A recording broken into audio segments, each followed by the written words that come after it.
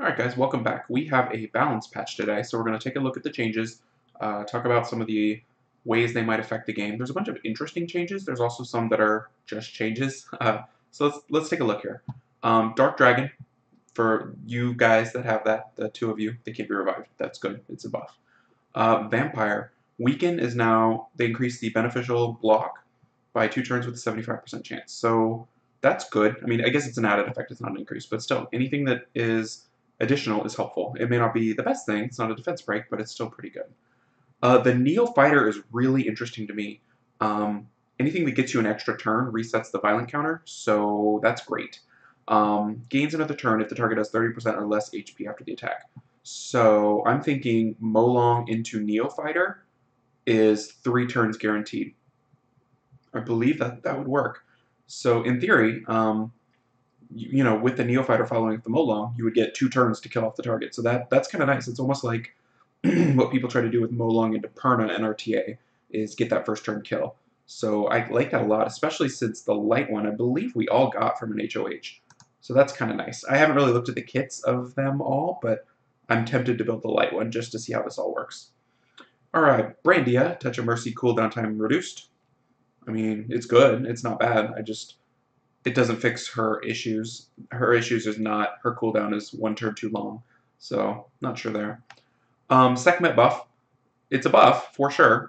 It's a very interesting mechanic. We don't see this in the game anywhere else. Decreases the cooldown time of the skill by the number of beneficial effects stolen. So if someone Wusa buffs, you steal both, say they have shield, then the cooldown is -3, which is really nice. The issue with this buff is that it doesn't fix the problem that people have with her, which is consistency. So, I mean, if they had added the sentence, if you steal no buffs, the cooldown is reduced 0, that would be reality, right? So you just got to build her with tons of accuracy just to have a chance. So she goes through the accuracy check twice, once for the cooldown and once for the steal. If they made the steal guaranteed, this would be fantastic because she would just do it over and over and over.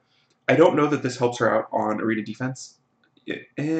It's a little bit more threatening, but she's more than likely just going to keep trying to reset the same target, which is generally not what you want to do.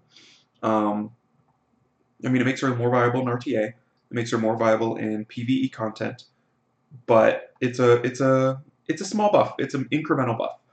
It doesn't make her worse, so we'll take it. All right, looking at the Rakshasas, the water one.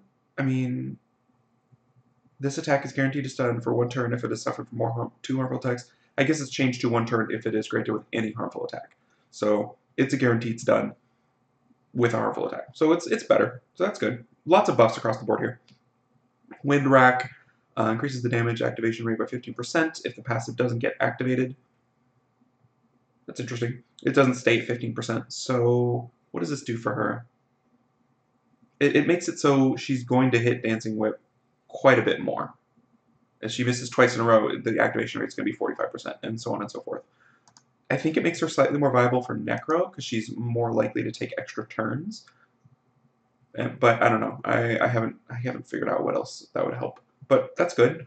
A straight up buff to the Wind Ifrit. I mean, if there's only 1 harmful effect, damage increased by 50%. So I'm thinking, I mean, maybe with just Defense Break, this will be enough to do tons of damage. You used to want all the effects you could get, and you still do, but that's a nice buff for him. They're making him a better cleaver, maybe the best cleaver.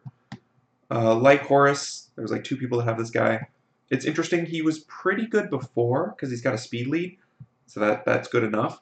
But now he's an AoE barb booster passively, which is cool. I mean, the only other one, I mean, that's like a ragdoll kind of a thing, a passive bar boost, except this is, whenever your turn ends, attack bar up 10%. If there's beneficial effects, the bar goes up 20%, whereas Ragdoll requires you to crit. So Ragdoll can do his multiple times, but this one, if he procs, can do it multiple times. So that's really good. It seems really, really good to me. Mystic Witch, harmful effect, that doesn't seem to matter. Spell removal doesn't seem to matter. Light, cast Soul Protection on the ally with the lowest HP ratio for 2 turns. I mean, that's cool, I guess. I mean, it's an okay starting skill, but then it turns into the lowest max HP and the lowest HP ratio. So 2 people are getting soul protection. Sort of an AoE soul protection. Kind of interesting. it can both land on the same target, which is not what you want. I don't know. There's some interesting buffs here.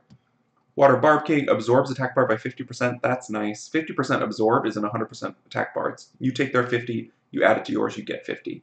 So that's pretty nice. Well, it nets 100%, right, off of them. All right, Barbaric King Fire strikes with an axe. Ignores effects that resist death. So I'm assuming it just goes through soul protection, but him being fire means that it doesn't really matter for Theo, because it's harder to hit Theo. If it does an anti-revive, that would be nice, but it doesn't seem to be that. It seems to be an anti-soul protection. So I'm not sure that's great. That doesn't seem that great. All right, the Howls. The Howls are really interesting. I like the attack change. Increase the attack bar by 30% is pretty good, but recovering an ally HP by 15%, that's Rakuni skill 1. That's a passive, like, Rakuni skill 1, so that's really nice. And then they get 2 turns immunity. Like, immunity used to be super rare, and now it's available to everyone. Probably for lab would be my guess. But look at this. Water. Grants immunity on the allies who had no harmful effects for 2 turns. What? 2 turns immunity? I mean, you have to have no harmful effects, so it's a conditional 2 turns, so it's slightly worse than your normal 2 turns, like Chloe, but that's pretty great. Looking at the light one, after the skill is used, grants immunity to all allies with full HP for 2 turns. That one is the better one for sure, because it's going to heal first, and then if it tops you off, it grants immunity for 2 turns. I mean, I'm tempted to build one of these just to try them out. The base stats are what's killing them, but 2 turns immunity with multiple heals is pretty cool. Beast Hunters, nothing here seems to blow my mind. We'll just skip past. I mean, look at this Beast Hunter section. Like, does anyone read this and think, oh, I'm going to go build that now? I don't think so. I mean, there's some new stuff, but it's like, increase the damage, approximately 11%. Why can't they tell us the real percent? Why is it a big secret? 10.5% don't tell them, say approximately 11. Like, I don't know. I don't know why they put that in the patch notes. Fairy Queens. The light one picks up the immunity on allies for 2 turns. That's an unconditional 2 turns. So that might be the winner of the bunch. Because she's kind of cool anyway, the Light Fairy Queen. I mean, she's got the multi-hit first skill, which I think makes her interesting for Necro. I think her heal is based off of attack, so that's kind of cool. Alright, skill errors. Dark Panda Warrior, Light Harg. It's good they fixed the errors. The only other thing going on in this patch is the Fairy Queen leader skill. I guess the Howl AI is interesting, so they want you to auto the stages of lab. But the Fairy Queen leader skill now is passively 10% attack speed, and the Light Hurricane gets buffed. So that's the patch. You know, I think the big winners are Sehkmet, Neo Fighters. This Rakshasa Ifrit thing could turn out to be more impactful than it looks like at first glance, and then possibly the Howls. The Howls are given a place in the game. We'll see if anybody decides that they want to use them there, or if everybody already has Chloe, but that's nice. So anyway, that's the patch. What do you guys think? Anybody excited about any of this stuff? If you own a Dark Dragon, I'm sure you're excited. If you own a Light Horus, I'm sure you're really excited. One more maybe OP monster for RTA. But thanks for watching, and yeah, enjoy the patch, guys. Take care.